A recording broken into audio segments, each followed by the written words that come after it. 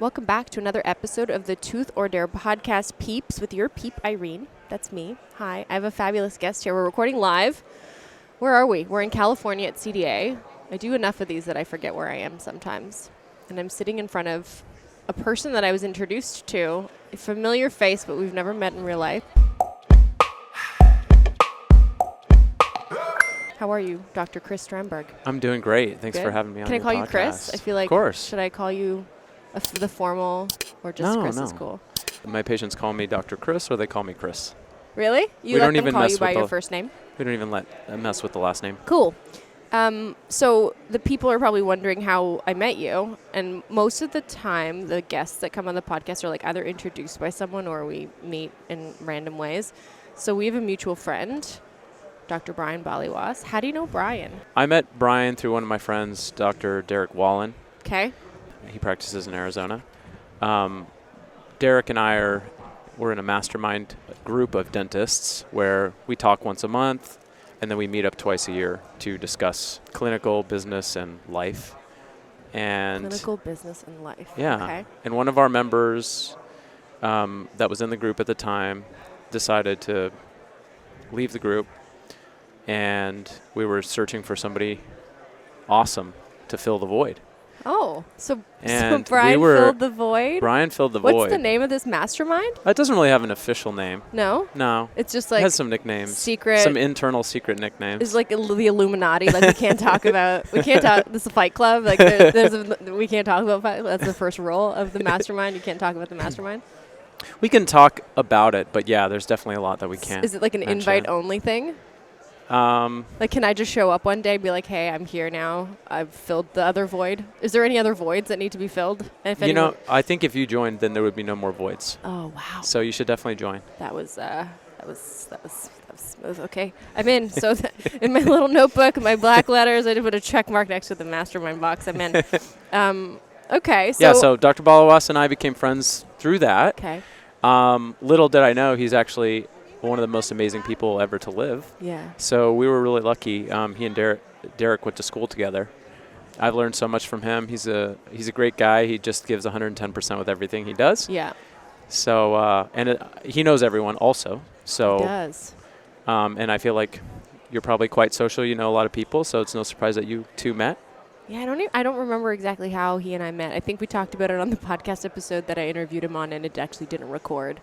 But it's been years. I know the social media world is interesting, but we really connected at Voices of Dentistry because I did a main stage and so did he. I think we just kind of sat down and had a little chat about the behind the scenes of the social media life and what that's kind of like. But we won't get into that today. Maybe we will. I don't know. Let's see. Let's talk about you. Like, where'd you come from? Where'd you grow up? Where were you born? Like, can you take me back to birth? Like, what was that like? Travel out of the womb like? How far back can we go? Yeah, we can go all the way back to the womb if you want. I do. Yeah. Tell me about your mom. Okay, so parents at the time when I was born were living in the Bay Area. Okay, Bay Area. I'm from Canada, so you're going to have to really spell this out. So center of the bullseye for the Bay Area is San Francisco. Okay. And then surrounding adjacent areas, that's where I came from. Got it. Born in Santa Clara. Okay. Which my hospital was up the street from Apple headquarters. Oh, cool. So they immediately gave you an iPhone when you were born? Yes. Actually, not too far off. iPod probably back then. Did they have a touch back then? They had something called the Newton in the early Newton. 90s. Yeah. Okay. So, fun fact, my dad did work for Apple for 5 years and brought home a lot of tech. So I was kind of a digital native early on as a kid. Cool. And that kind of actually connects with my love for dentistry as well. What did he do? Was he like a developer? No, IT. I mean, it's kind of like this catch-all term. I still don't really know what he does. Yeah. The great thing like in dentistry. Consultant. Exactly. Yeah. Great thing in dentistry is when you say, oh, I'm a dentist or I'm a hygienist, or people have a very concrete visual image of what you do. Yeah. And some of these other professions, they're more abstract. And I like the concrete nature of what we do. It's cool. Yeah. But growing up, I had a lot of support in my educational background. My grandparents were both teachers. My grandfather was a physics professor. Oh, wow. Had a lot of educated people. So That's a lot of pressure. Yeah. Was it? No. No? No, not. It was sort of learning by diffusion rather than force. So I got interested in the sciences early on. And first time that dentistry was even a thought in my mind was when I was 10 at a basketball game. Okay. I got hit and broke my number 25. Number 25. Yeah. So lower right, front, anterior. incisor. Okay. All right. So that for us is 4-1 or 3-1. It's 3-1 or 4-1. Okay. So we've got the whole world covered now with So there's a fake nomenclature. tooth in there. Bonded, actually. Bonded. Oh, okay. So fractured, Yeah, and then fractured. they repaired it. And Ish. at the time, I thought it was actually bleeding through the pulp, and I'm not sure Did because they pulp like cap it or what? they didn't. But You were it's never 10, needed a root so- canal. Okay.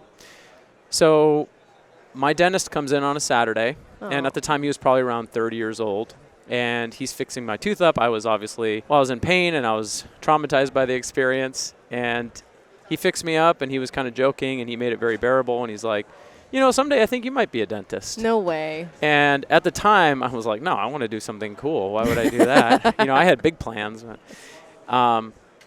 But that dentist remained my dentist until I left home, for college.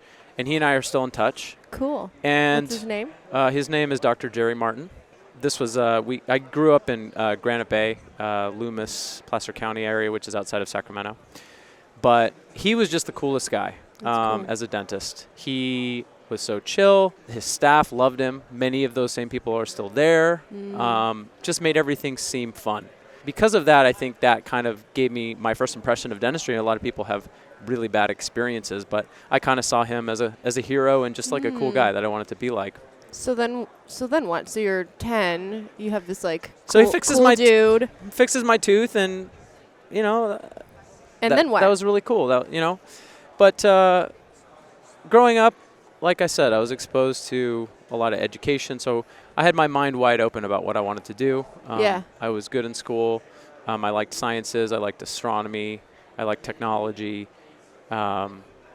During high school, Okay, so where did you leave off? So you thought nothing about it. You wanted to do something cool. What did you where did you leave off? so sort of As a my 10-year-old. interests from that point on, and even before, were always in the sciences, technology, Yeah. stuff like that. During high school, during the summertime, I was like, I want to maybe shadow my dentist. Cool. So I went numerous times, just chit-chat. We had grabbed lunch, and he kind of showed me what it was like from behind the scenes. Now, this is back in, say, 2002 when I started doing this. And he had a CEREC milling machine, scanner milling machine in 2002. That's early. So one of the first Yeah, models. yeah. And when he showed me, I can scan this person's That was a tooth. powdered system back then. They did have the Yeah. powder, you're right. Oh, that was terrible. In comparison to what we have If now. you think about it now, it's like, how did that even work? How did people not aspirate that? I mean, they did. We all did. I just got out of a But that lecture was where they good. were talking about, dentists not wearing gloves. Yeah. So anyway, We've come a long way. barbaric. So you thought that was cool. He pressed print, and I see this tooth come to life out of a block. And already being, interested in technology, I was like, that is cool. So that was kind of the first moment where this became like a serious possibility for me In high as a school. profession. Yeah, in high school. What were you like in high school? Were you like the cool kid, or were you nerdy? Were you in the band? Did you play a band instrument? I feel like you were an athlete. You must have played basketball or something. That's what I envision. But I could be completely wrong. I tried to stay in shape. I played soccer. Okay. I was more focused on school. Okay. So my high school was a big athletic high school, great in football. That was never me, but I did love staying in shape. Yeah. So I did like track, I did some tennis, but you'd never want me on your team really, No? if you want to win. Really? I Even was- for tennis? Uh, I'm an avid tennis player. even for tennis. I mean, it's fun, Yeah. for sure. Are you competitive? Yeah, that's a weird question for me if I'm competitive. I don't know. I think self-mastery is what I focus on. So I am competitive with myself, but I rarely sit around thinking about like, Competing with others. oh, they're doing that. I mean, it happens to me, but I find that I get nowhere when I think about that. So focusing on self-mastery has worked the best for me. So if you were in a tennis match with somebody else, that would make sense. I would lose, but I would say... It's a one person against somebody else. Like, Yeah. tennis is that singular sport, right? Where it's you against yourself most of the time. And a lot of only children end up playing tennis, I've learned.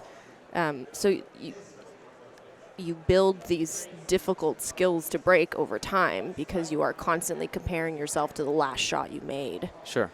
So that's cool that you've Sure. adapted or figured out a way to like be like, whoa, self. Yeah, I guess if you put it that way. But I don't want people to think that I'm good at tennis. Like, this is something that was like a passing thing that I did. Yeah, tennis is the metaphor. It's not about tennis. It was okay. Sports was a way to stay in shape and, you know, have fun, be outside with friends. Yeah. But academics was the serious thing for me. But the seriousness of academics in my family was just kind of like the norm. So that's the way I looked at it. Interesting. And when I graduated from high school, first school that I went to was UC San Diego. Okay. And at the time, I was majoring in biology. I thought I might want to go into like bioengineering research. And that school is really big into bioengineering. But I decided that sitting in the lab for the rest of my life, that wasn't really going to be compatible. I entertained other stuff. You know, I thought about law, I thought about medicine. But dentistry just seemed like a nice middle ground among a lot of things that I liked. So the kind of chill atmosphere that you can recreate in the dental office compared to, say, the emergency room. Right. But you're still doing something that hopefully, you know, helps people, makes them smile. So I liked the idea of being able to help people directly. Yeah. And then just kind of the tactile nature and the technology fusion of it, that was cool. Did you do well in dental school on the it's probably obvious that you did well on the theoretical side because sounds like you were a very smart guy or are a very smart guy. How were you with your hands at the beginning of school? Did you so I'm a teacher, I teach and I teach in like Lab 1, which is like Dexter. You're teaching students how to pick up and fulcrum an instrument for the first time.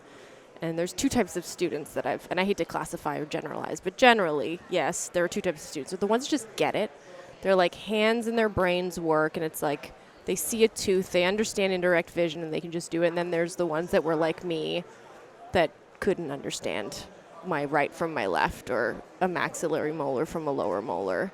How were you in school early on? I was near the top with the academic side, and I was middle of the pack with the hand skills. Okay. Definitely not the worst, but it didn't come easy to me like the academic stuff. So I really had to spend a lot of time burning teeth in the lab and trying to figure that out. Yeah. But I loved the procedural nature of it, the fact that there was like, this is the right way to do it. Yeah. Obviously, that's a major challenge in dentistry because it never ends up perfectly. But I did like that there was a formula for success when it came to the clinical stuff. Did you ever want to teach? A lot of people in my family are teachers. Yeah. And for me, I've tried to teach, but in my own way. Okay. Just, you know, throughout my career. Because I think it's really fun. I like getting behind concepts and really understanding them deeply. But I don't see myself like in front of a lecture hall, I guess. So it's a tough gig. I mean, being a speaker is a tough gig. Being a dentist is trying to put all of those things together is tough too. What year did you graduate? Graduated from UCLA School of Dentistry in 2012. Okay. And then did you go right into private practice? Or did you do residency? Yeah. So at the time, I had this great idea, which was I was going to move to Nashville, Tennessee. Cool. And for Join those a of band, you, for be those a of you, singer. Yeah, exactly. Finally, break out into country music like I've always wanted to do. No, really, was that a thing? Or no? What made that? Growing up in California, I hated country music. Okay. And by the end of dental school, I ended up falling in love with, country music because I would sit there in the lab and I'd listen to all kinds of music. Finally got into that. But that was not really the reason. I saw Nashville as a cool, growing city. Yeah. And one that I could start my career busy. So I got a job before I graduated at a DSO Okay. And from day one was doing more procedures per day than I had done, like half of dental school. Wow. In LA where I practice now, if you graduate, you're probably not doing much at all. Yeah. And I liked the just being able to be thrown in and trying to get some experience right away. Mm-hmm. They give you responsibility, which it was very hard, but it definitely fast-tracked me. Yeah. What were your favorite procedures off the bat? I mean, like, you jumped in doing more, like, I don't know how many procedures your program graduates you with, but in Toronto, like the U of T, you do like 3 crowns and maybe 200 surfaces if you're lucky. You do a rotation and totally. Maybe you never place an implant. I mean, now they probably do, but back in 2012, I graduated a long time ago, very long time ago. I won't even say the number of things that we didn't do back then. But what did you feel excited about, like, as a new grad? As a new Where you're grad, like, I want to do all of this, more of this. Yeah, I was kind of like bread and butter stuff. I didn't specialize because I wanted to see where I would go. Yeah. And when I first got started practicing, I worked in a dental practice that did a lot of dentures. Okay. And interestingly, UCLA School of Dentistry has more denture requirements for graduation, or at least they did at the time, I think, than any school. And so I was well prepared for that. Wow. And which is what people are least prepared for usually. Yeah. But definitely learned quickly that that's not what I wanted to do. Yeah.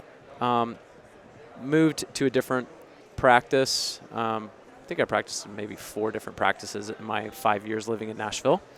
And sort of, ended up settling on bread and butter dentistry, which is what I do today. I feel like there's much more than what you do today. Okay. In the dental practice setting, yeah, I love doing... Do you own your own practice? No, I'm in a group practice with 5 classmates from dental school. No way. Yeah. Was that by design or that just kind of happened? A little bit of both. I moved back to LA in 2017. So, okay, back to Nashville for a minute. So you worked in Nashville for how long? So I was in Nashville from 2012 to 2017. I feel like you're hiding something. You're like, you're not telling me something. So you were in Nashville for how long? From 2012 to 2017. Okay, and then why'd you leave? I started to get a little homesick, and I thought I knew what my avenues were in Nashville at the time, and I thought I kind of want to venture outside of the clinical space a bit more. Okay. So I had an opportunity. Yeah. What did that look like? In 2016, you might remember there was like Associated Press articles about how flossing didn't have the research to back it up. Yes. And so it was. Yeah, that's recirculating now with more science showing that water flossing or water irrigation is more effective at removing biofilm. But is that... Well, that's exactly what I ran into. Okay. And quite frankly, I don't remember learning about water flossing or oral irrigation in dental school. Okay. So when I saw that research, I was like, okay, wait a minute. If this is better, why are we not even recommending it? I didn't even know it was a thing. So I started recommending Waterpik water flossers to patients, and then on their recalls noticed, hey, they're better now. Mm-hmm. These refractory patients who they say they're doing everything right, and then their numbers are not, their probing depths are not showing that's the case. Now they're finally getting a change with one oral care change. Right. So I reached out, actually sent Waterpik a DM. No way. On Instagram. And just I said, cold DM. Cold DM. Cool. Took them a month to respond. Hey, you up. They left me on red for a month. Did they really? Because most of the time it's not them running their accounts. It's like a marketing agency or something else. Yeah. Luckily at the time it was. And so I got connected with them and we started working together. Cool. To spread the word. I had someone from their team on a podcast once. I think her name was Carol Jan. Yeah, I work with Carol now. She was on the podcast. I've had, last year at some point, and it was talking about science and what the evidence is showing that, in fact, flossing is kind of archaic in the sense, and so she's cool. I like her. What's up, Carol? Yeah, absolutely. She's super passionate. Yeah. And she does a lot for. So that was your Waterpik. first off clinical or clinical adjacent. Clinical adjacent. So that kind of led me into making a lot of videos for them. Okay. Like posted on Instagram, There was a TV commercial. I have a TV commercial. Saw that. Yep. Saw that in my search. Yeah, I've done some live TV stuff for them. Like, you were on The Doctors. I was on The Doctors. Yeah. Yeah, I was on The Doctors. That's not so much for, I may have talked about water flossing on The Doctors, but doing The Doctors was really cool. Yeah. Let me. Did that all happen kind of around at the same time? Like how did that all begin? Just from that one DM? How much time do we have? I mean, you're the one with the time frame. I have I'm good. Someone at 2:30. I'm good on time. I'm totally good on time. All right, I'll tell you a little story. Back in 2007, 2006, I transferred from UC San Diego to UCLA for undergrad. When I moved to LA, soon thereafter, I met a really well-known cosmetic dentist named Dr. Bill Dorfman. I know Bill. Yeah. So a lot of people know Bill. He kind of mentored me, and this was a new paradigm shift. My first dentist growing up, he introduced me to the fusion of technology and dentistry, and meeting Bill was a paradigm shift for me because he showed me that you can have multiple careers. And with Bill, he's a very successful cosmetic dentist. Yeah. I think you could argue that the term cosmetic dentist was pioneered in part by him. Right. Because he also did a show called Extreme Makeover, which was in the early 2000s where people would get full dental makeovers, basically, and he was the dentist for that. In addition to that, he started a company called Discus, which makes Zoom whitening, BreathRx products, and a bunch of other clinical stuff. So I was still deciding what I wanted to do with my life, and meeting him, I was like, whoa, I've met somebody at the top of the field. This is so cool. Yeah, exactly. So he showed me all of the how flexible your career can be. Around that same time, a new show started, which you alluded to, is called The Doctors. Yeah. So that was Travis Stork, the host of the show, ER physician who did ER practice and then would come out to LA and do the show to educate the public on topics. And it is still running today, but it had a major heyday for about 10 years during the day.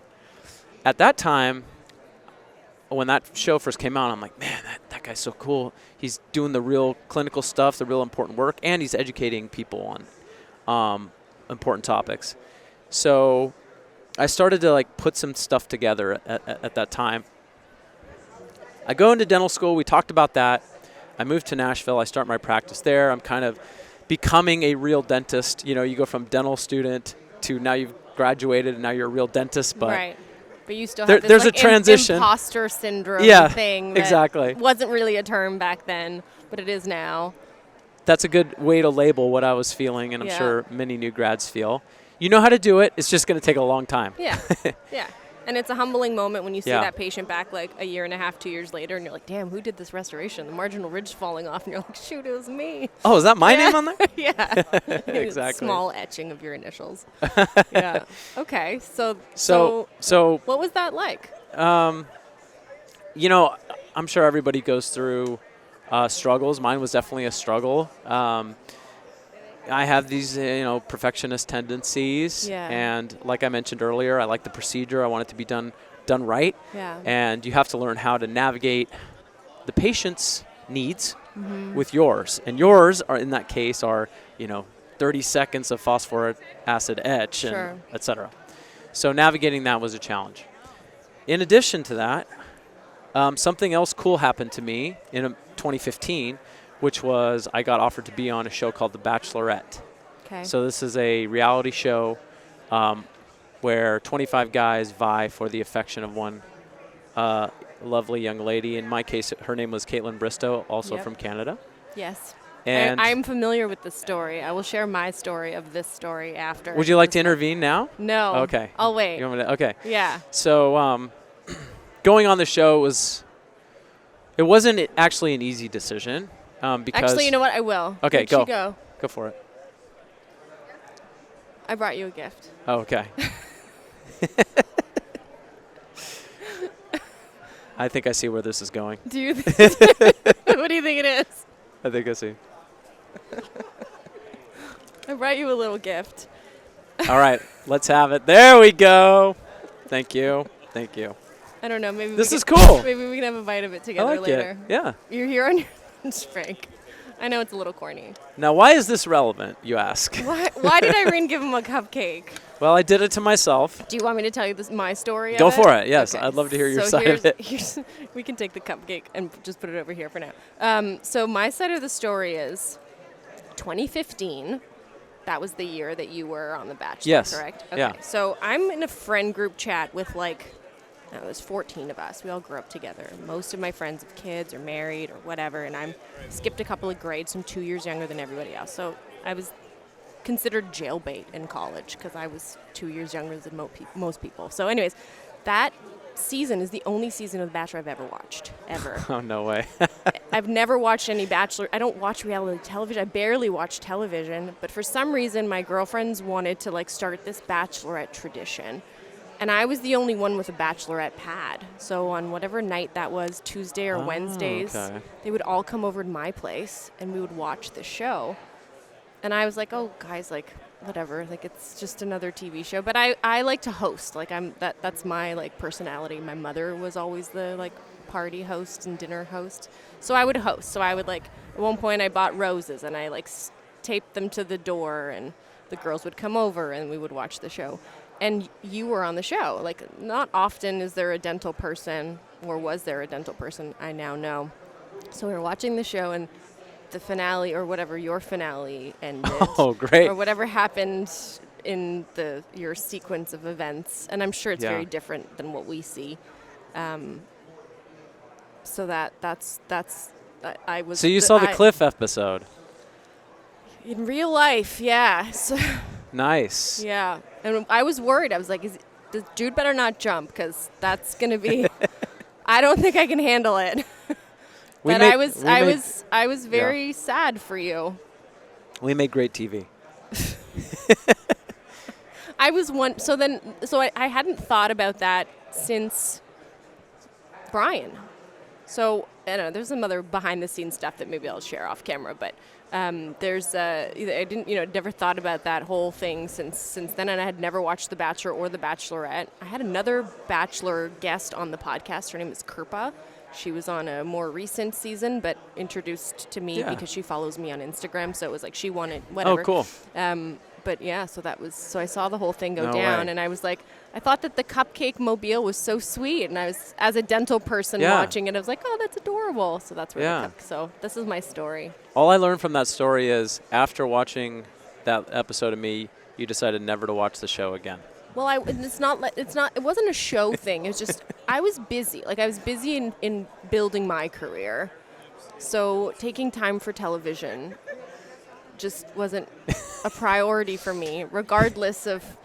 And to be honest with you, the only reason why I continued to have girls over and watch a show is because I wanted to know your story. I was like, this dental person, I have a connection with this person on the television in another way. And then this introduction through Brian was kind of strange, but all deja vu all at the same time. Well, with your podcast and everything, the way you spend your time is definitely the way I would recommend you doing it, educating people and talking about the profession. And so yes. Now tell me your time frame back from 2015. So what made you want to go on the show? How does one say, I'm going to pause my, growing dental career and go on a reality TV show? They had actually asked me the year before. They asked you. Okay. I was getting some headshots done because we were sending out mailers to try to get new patients. So I was just getting a headshot. It's me in a suit, whatever, smiling. Yeah. And the photographer posted one of those headshots to their Facebook page. And a recruiter that works on the show, lived in Nashville, was friends with that photographer, and was like, oh, connect me with this guy. So we started, discussing the application process.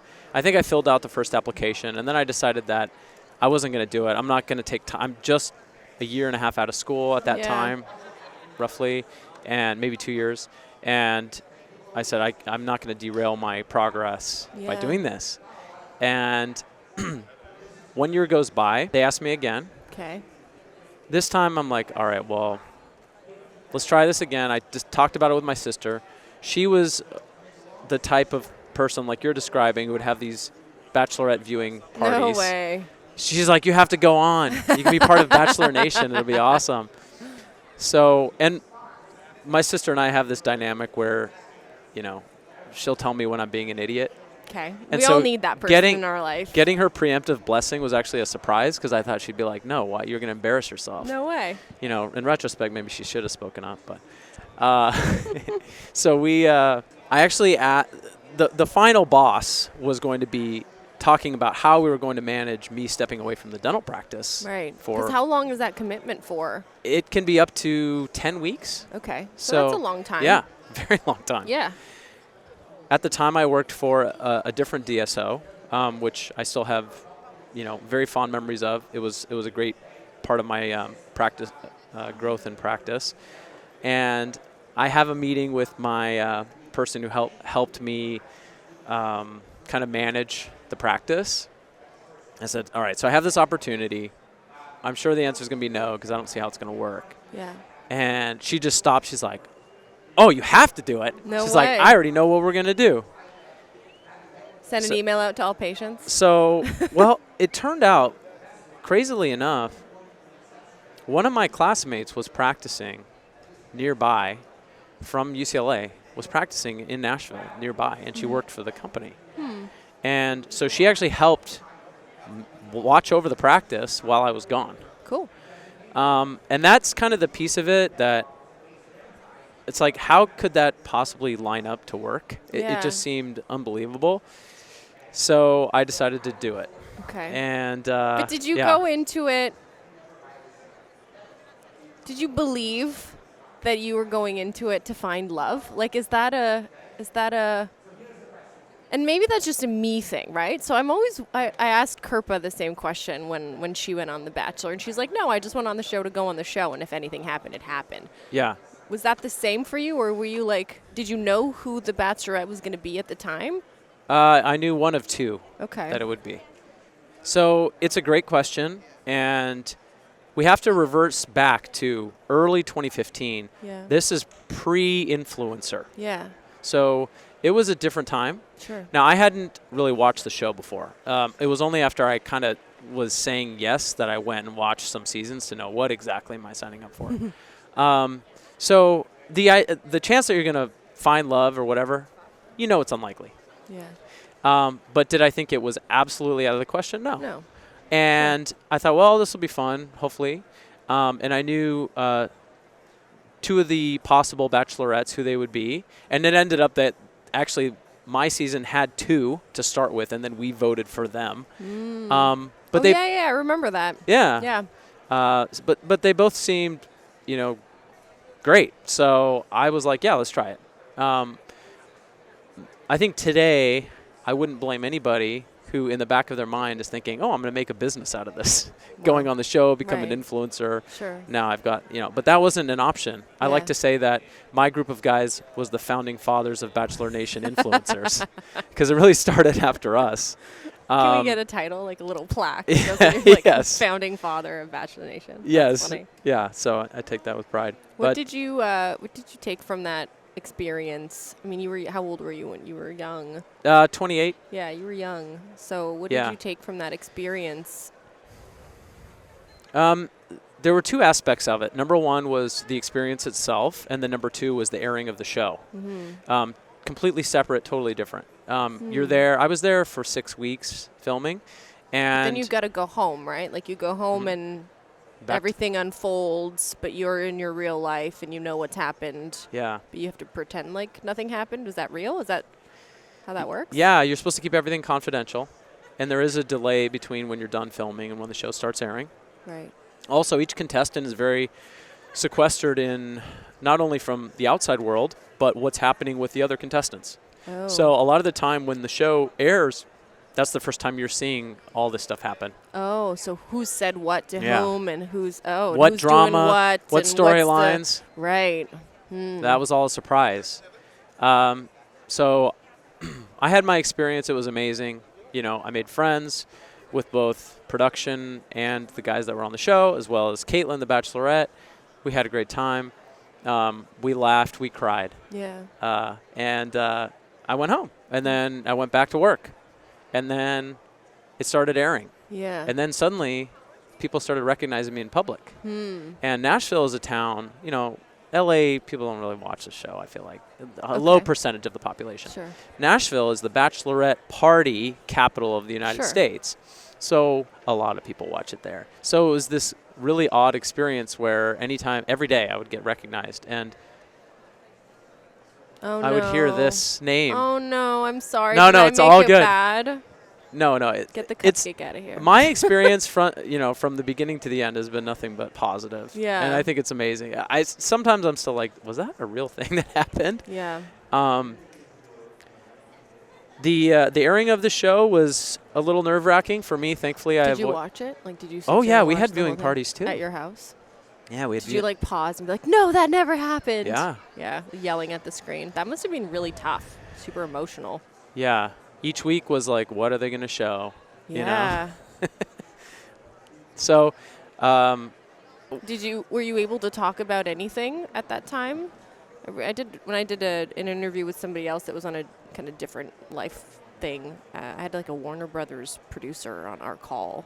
Like, you can't say that. Like, cut that out. They wanted like full access to footage after, which I don't know if you need this, but was that something that you had to be careful of, like what you said, or? You did kind of have to be careful. It's been a decade now, so we're good. Yeah, and for podcasting wasn't nearly what it is, but let's say that it was like the first episode had aired, and I'm like, oh, I know what happens. Here's what happens. Yeah, I would have gotten in trouble. Yeah. But I didn't have to be that tight-lipped about it. So again, I wasn't like picked or whatever, so I didn't have like these secrets that I needed to withhold. So for me, I almost got to watch it as a viewer as well as a participant. But it was an unbelievable time. I still have friends from that experience, and my season, everybody did really well. A lot of them got married from people that they met on the show. No way. Some of them have podcasts. A lot of them are doing cool things. That's cool. We were lucky. So you were overall a positive experience, you'd say? Yes. Maybe not so much in the moment or immediately after, but in hindsight, for good things. In my cliff scene, what they don't show is me laughing also. So even in these dark moments, it was like... It was like, you could tell that it was very, very edited. Yeah, some things were shown in different order than what they happened. But it's all good. Like, it was awesome to experience. I'm sitting there. You call it your cliff scene. My cliff scene. The cliff scene was extra great.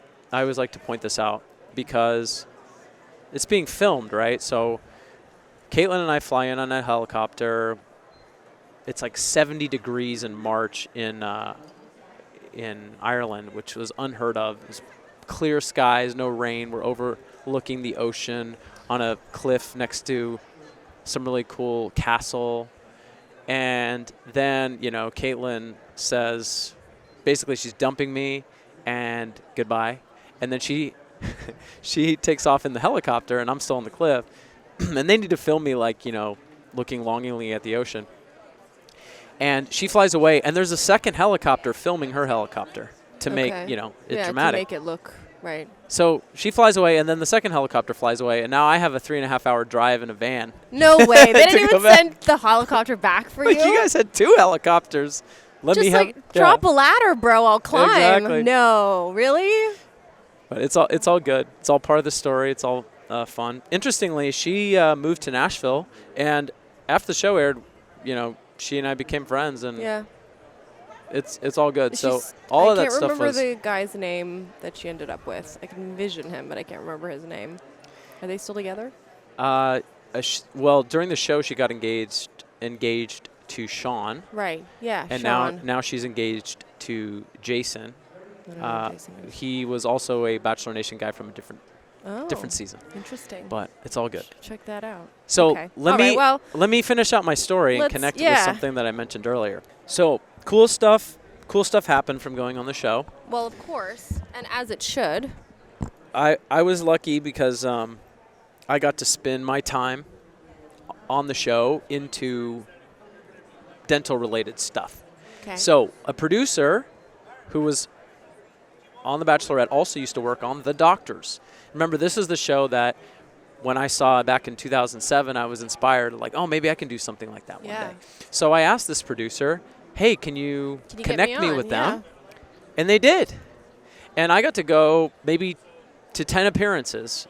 And I got to be on the show sitting next to Travis Stork, who is now my buddy. That's cool. And he lived in Nashville, too. So discussing dental topics on a platform like that was amazing for me.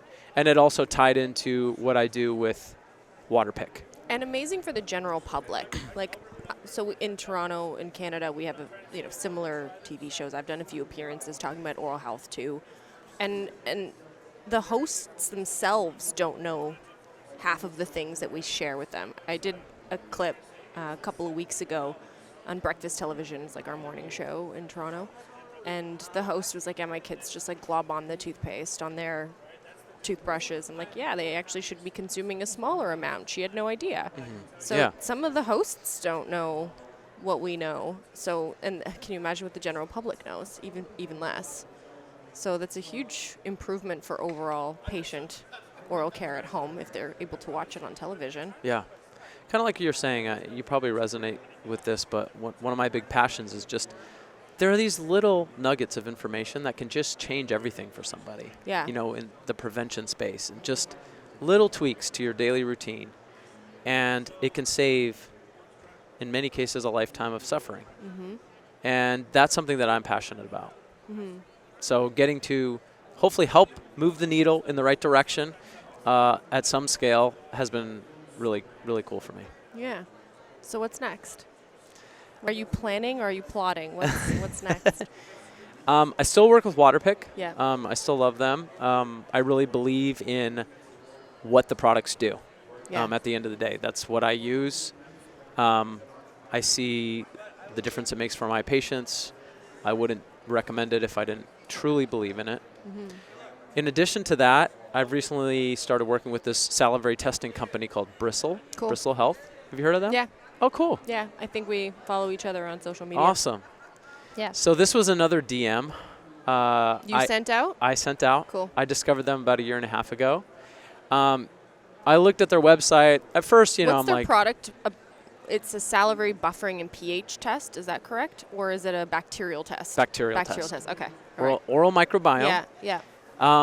What's cool about this one is that it maps the entire oral microbiome. Yeah. So all of the microbes in the mouth, so that we get the entire picture of both the pathogens and then maybe the middle ones and then the commensals or the good beneficial bacteria. Sure. And being able to do that at scale and really turn the knobs, knowing how to push something in the right direction toward health without going overboard, over-prescribing mouthwash or medication, but tuning things just right.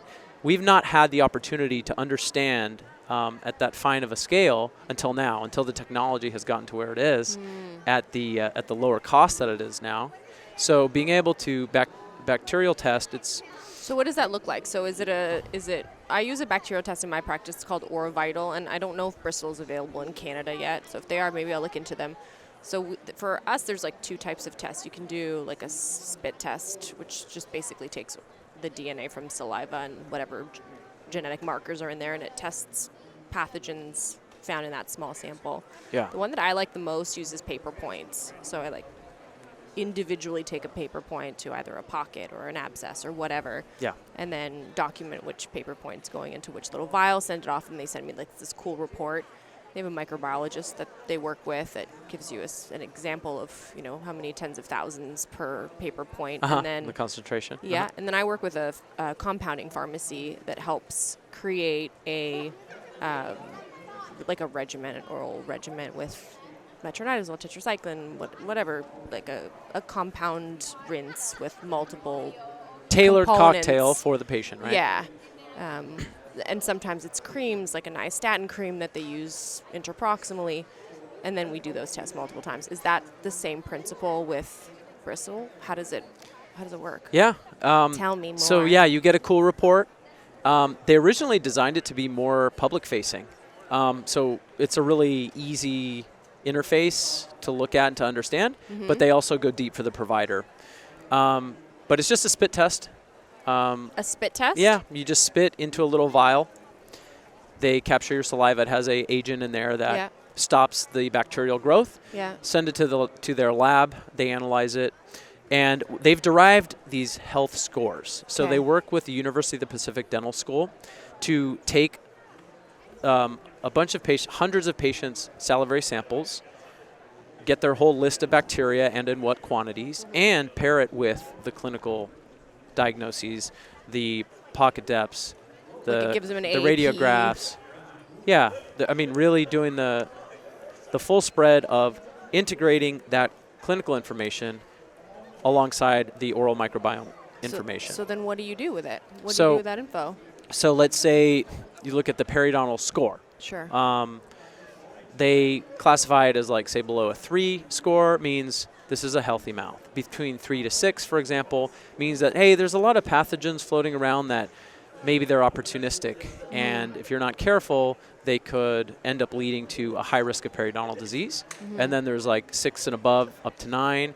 And this is like every number is a logarithmic scale of worse and worse. The odds that you have periodontal disease go up, and the seriousness of the pathogens and what concentrations they're in are really concerning.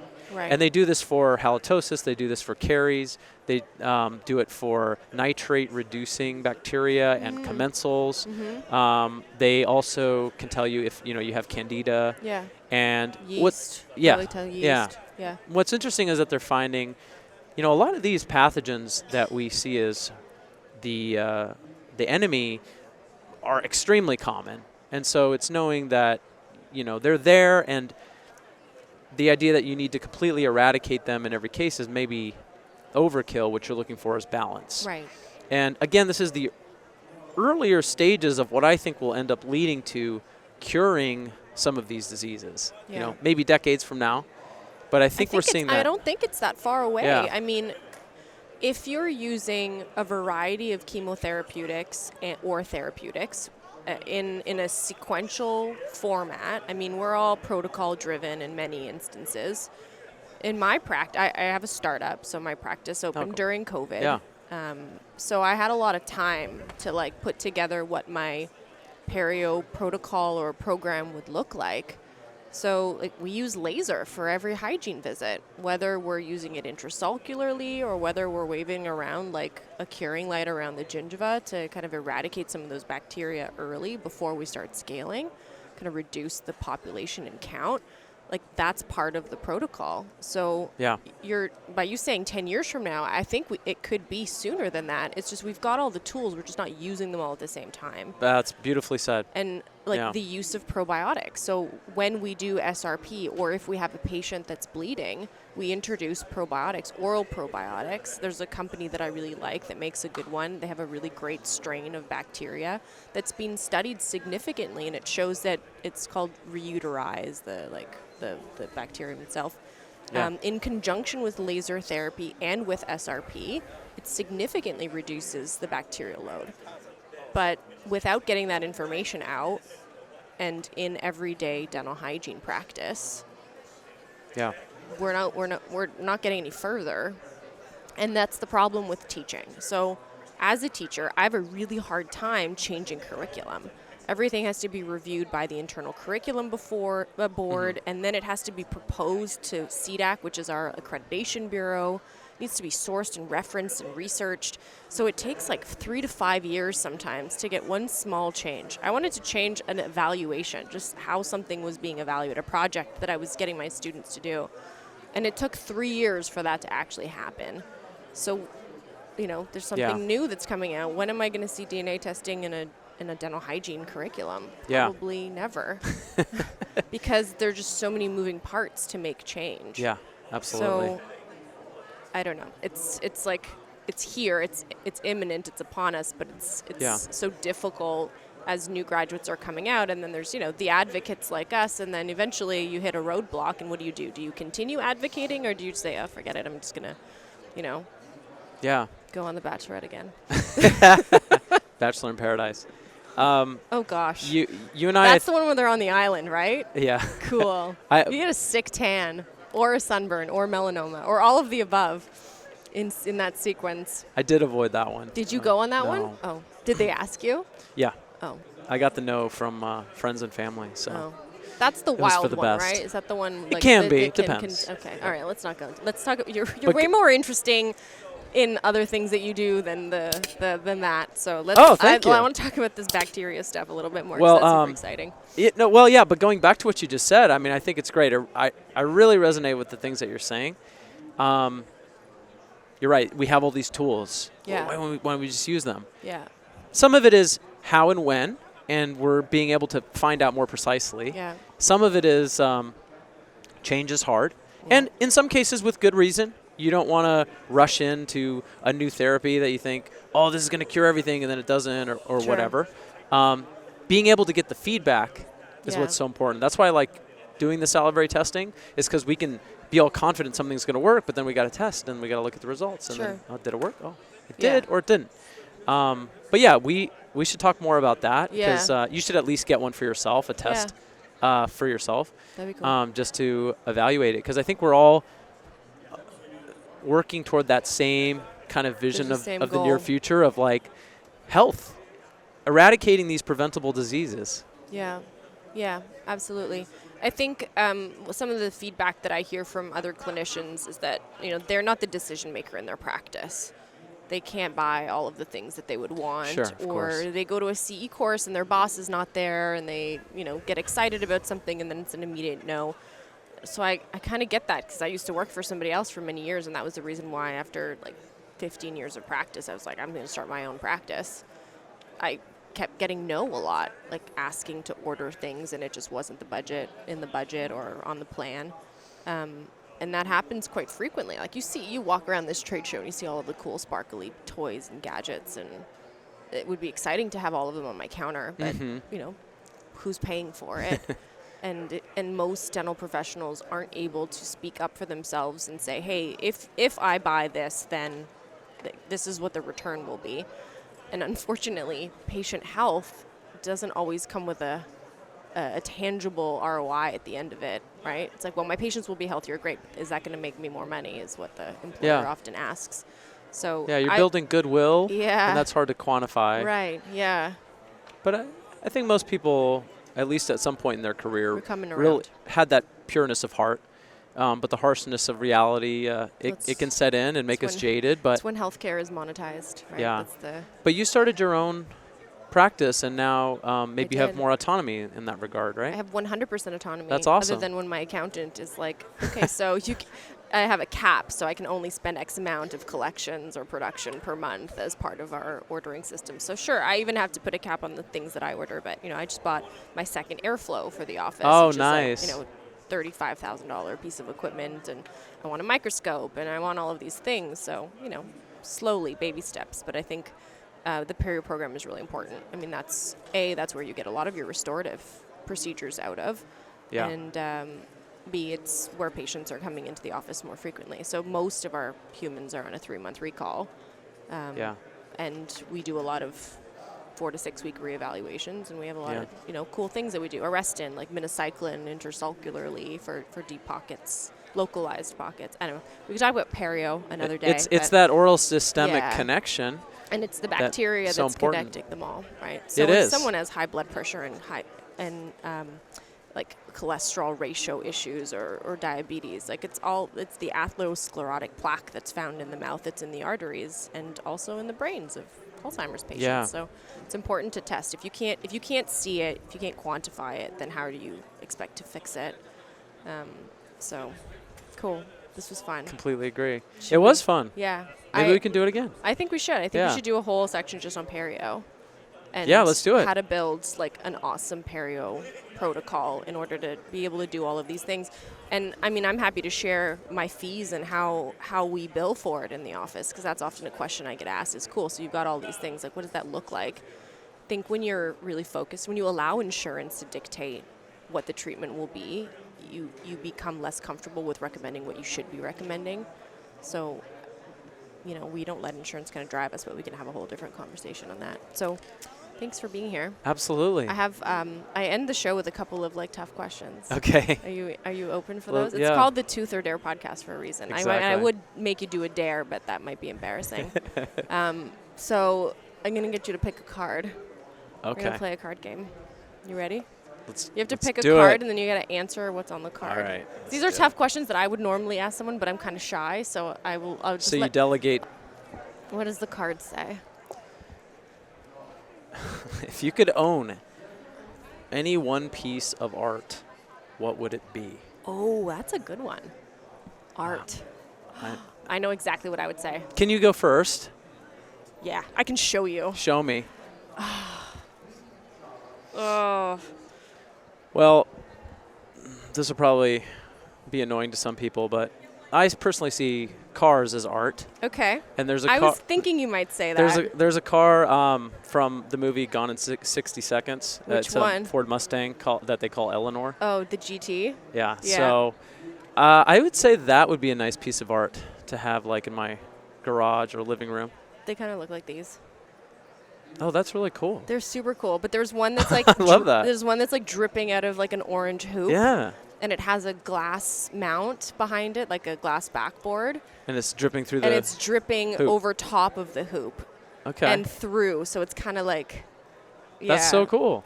That's what I would get. That's way more creative than mine. Disco ball art. I don't know. I'll find it. It was 14,000 euros.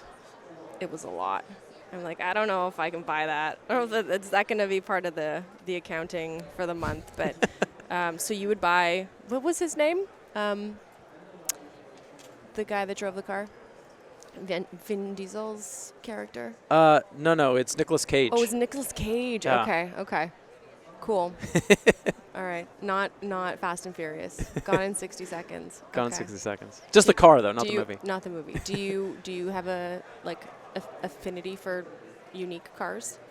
I do. I mean, I'm not an expert, but growing up, I would beg my dad to go test drive cars, and so we might go drive around in a minivan, and I thought that was the coolest thing ever. That's so cool. I still try to be around cars as much as I can. I'm part of a little car club. My car is it's fine. It's nothing special, but just being around others with cool cars, I don't know, something still excites me.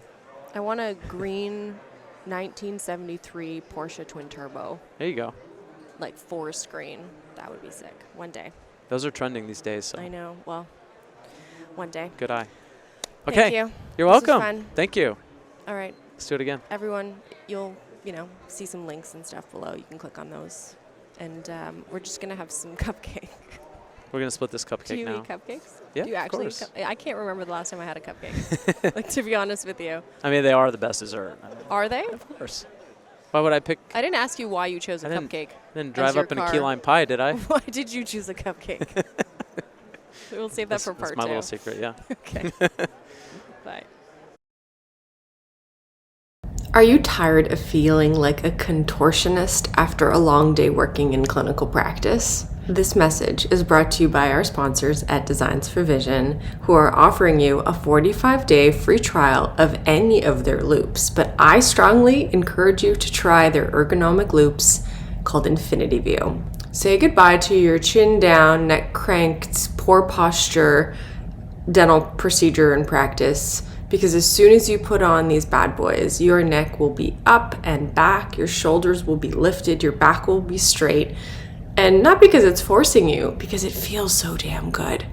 So I encourage you to test out these Infinity View loops. Not only will the Infinity View loops save your back and your neck from misery, but they'll also be your partner in crime for a long and joy-filled career.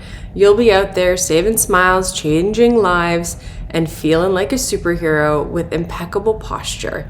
It's a game changer for many dental professionals who now can no longer go back to the way that they once wore loops.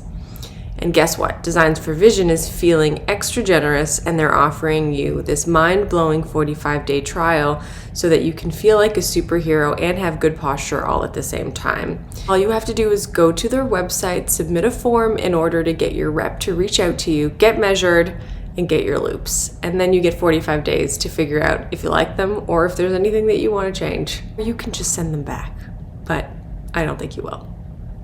So buckle up, get ready to rock the Infinity View loops and say hello to a life filled with joy, comfort, and amazing posture. Thank you to Science for Vision for creating these beautiful loops. I can't go back to my old ones ever, which is why I now have 3 pairs of them. But I'm okay with that. And also thank you for sponsoring this podcast. Until next time.